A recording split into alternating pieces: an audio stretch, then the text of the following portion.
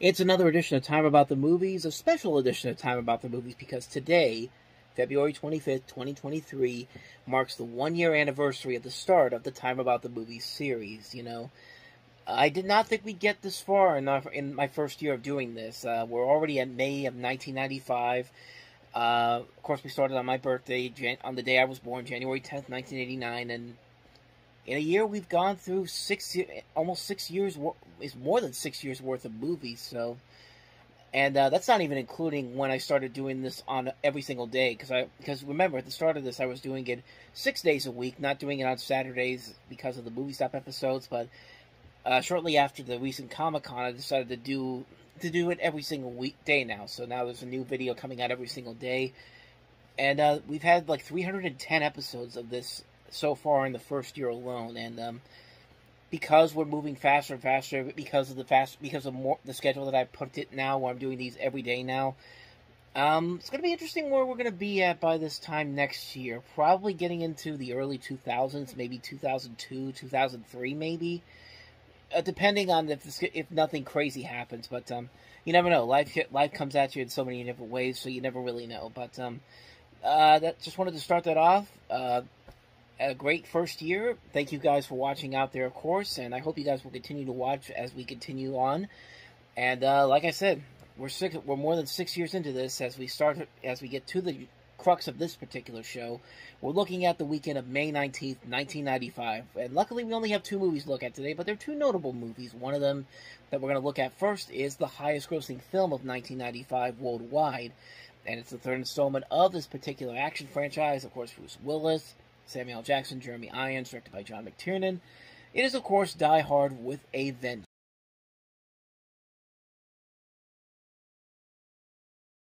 So right off the bat, this movie is very different from the previous Die Hard movies. It's not just we're doing the same thing over and over again like most sequels do. But even though I like Die Hard 2, it's definitely a retread of the first movie. But yes, you can see here, Die Hard with a Vengeance is a completely different film. You can argue that it takes a lot from Speed, which was one of the big hits from last year. But it's actually interesting when you really think about it. Most of the Die Hard sequels that we've gotten, and just the Die Hard movies in general, were actually based on previously adapted material. Of course, the original Die Hard was based off of a book called Nothing Lasts Forever. Die Hard 2, I think, was also based on another story as well. This is actually based off of another screenplay called Simon Says, written by the same writer, Jonathan Hensleigh, who's written some prolific movies in his career. What has he written, actually? He wrote A Far Off Place, he wrote Jumanji, he wrote The Saint, Armageddon, The Punisher, Next, Welcome to the Jungle, Kill the Irishman, The Ice Road. So he's definitely a notable actor, notable screenwriter, I should say. There are notable actors in here, including Jeremy Irons playing Simon, as we later find out in the movie he's actually the brother of Hans Gruber. This actually ties back into the first movie. And you have Samuel L. Jackson being brought into the mix here for a character that was originally written for Lawrence Fishburne. It's very interesting how that pans out, because Lawrence Fishburne was originally offered the co-starring role in this, and he wanted a higher fee, and so he eventually turned it down. And coincidentally, Fishburne also turned down the role of Jules Winfield in Pulp Fiction, which was, of course, played by Samuel L. Jackson. So it kind of ties back into that part. But it's very interesting what happens when you put him in here as well. He brings a new dimension to the story.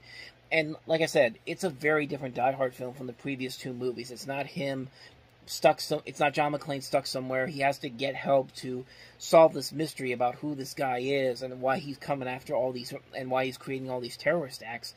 And interestingly enough, this was another film that came out just after the Oklahoma City bombing, kind of like Top Dog, but Fox decided to put it out anyway, thinking that it wouldn't be too much of a big deal out of it, and sure enough, like I said, it went on to become one of the biggest hits of the year.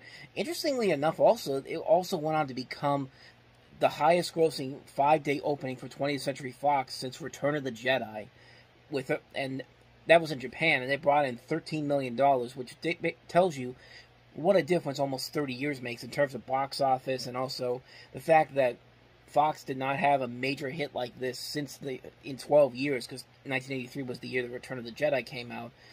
And but back to the movie itself, this is a pretty damn good movie. Some would say, and some would argue, that this is probably the best of the Die Hard films. And I know Die Hard is a classic film that we watch every Christmas, but in terms of a story, in terms of what they do, in terms of the experimentations they work with, this is definitely up there. This is very high up there as one of the best movies in the series, if not the best of the series. The action sequences are phenomenal. Bruce Willis works off Samuel L. Jackson very well here.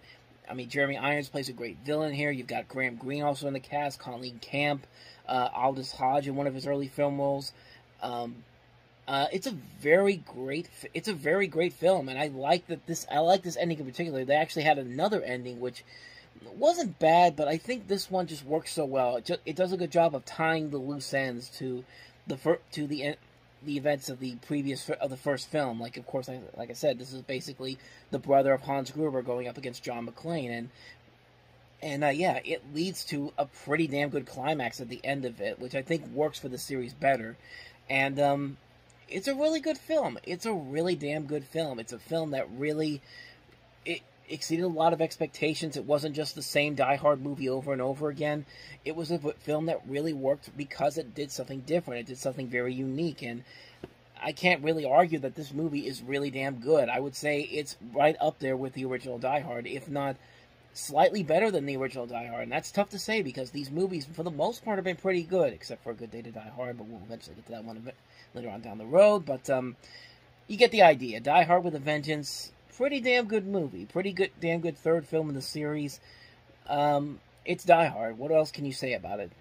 So, I was about to end it right there, but no, we have one more movie to look at, and that is the romantic comedy Forget Paris, starring Billy Crystal and Deborah Winger.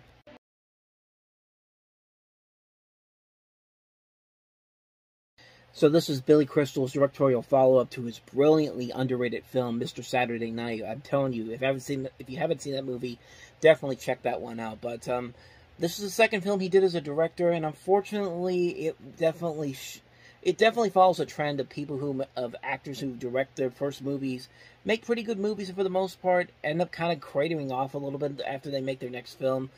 We've had a couple exceptions, of course, with Jordan Peele, for example. He made a great film after Get Out, but in this case here, there's nothing really bad about the movie itself here. It just feels very underwhelming. I mean, it's a movie that has a lot of potential there. You have two great actors leading the charge, Billy Crystal, Deborah Winger.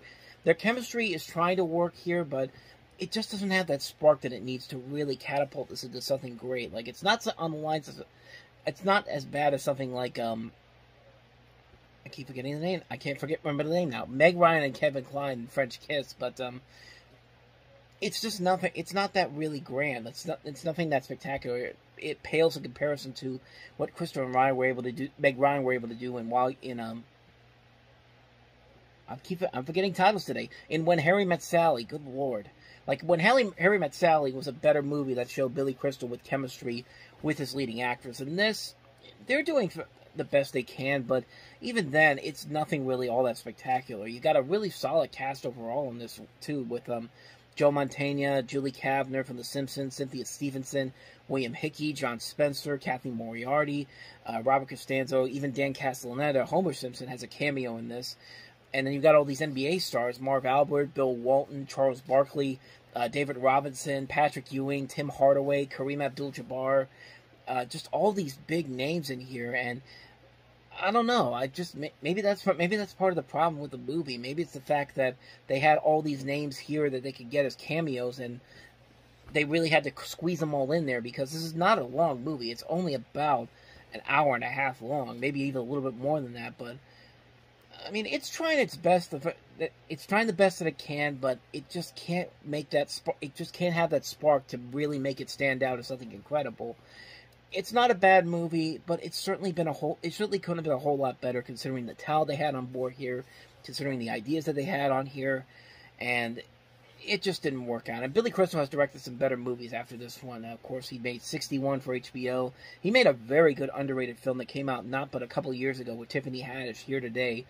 Really underrated film. Definitely check that one out if you haven't seen it. But this one, you can kind of forget about it, as the title indicates. Forget Paris. And so on that note, we wrap up another edition of Time About the Movies. Next time we meet, we begin the next year's worth of movies with the official start of summer '95, and that is, of course, Memorial Day weekend, with a lot of notable films on here, including Casper, Mel Gibson's Oscar-winning Braveheart, Johnny Mnemonic, Chris O'Donnell and Drew Barrymore in Mad Love, the anthology horror comedy Tales from the Hood, A Pure Formality, and also Stalingrad. So let's see, 1, 2, 3, 4, 5, 7 movies to look at next time around. So, yeah. That's it for this episode. Thank you guys for watching, and if you want to see more videos like this, please hit the playlist on the next page, check out the previous episode, and I'll see you guys tomorrow for another episode. So thank you for watching. I'll see you next time, and until then, as always, take care.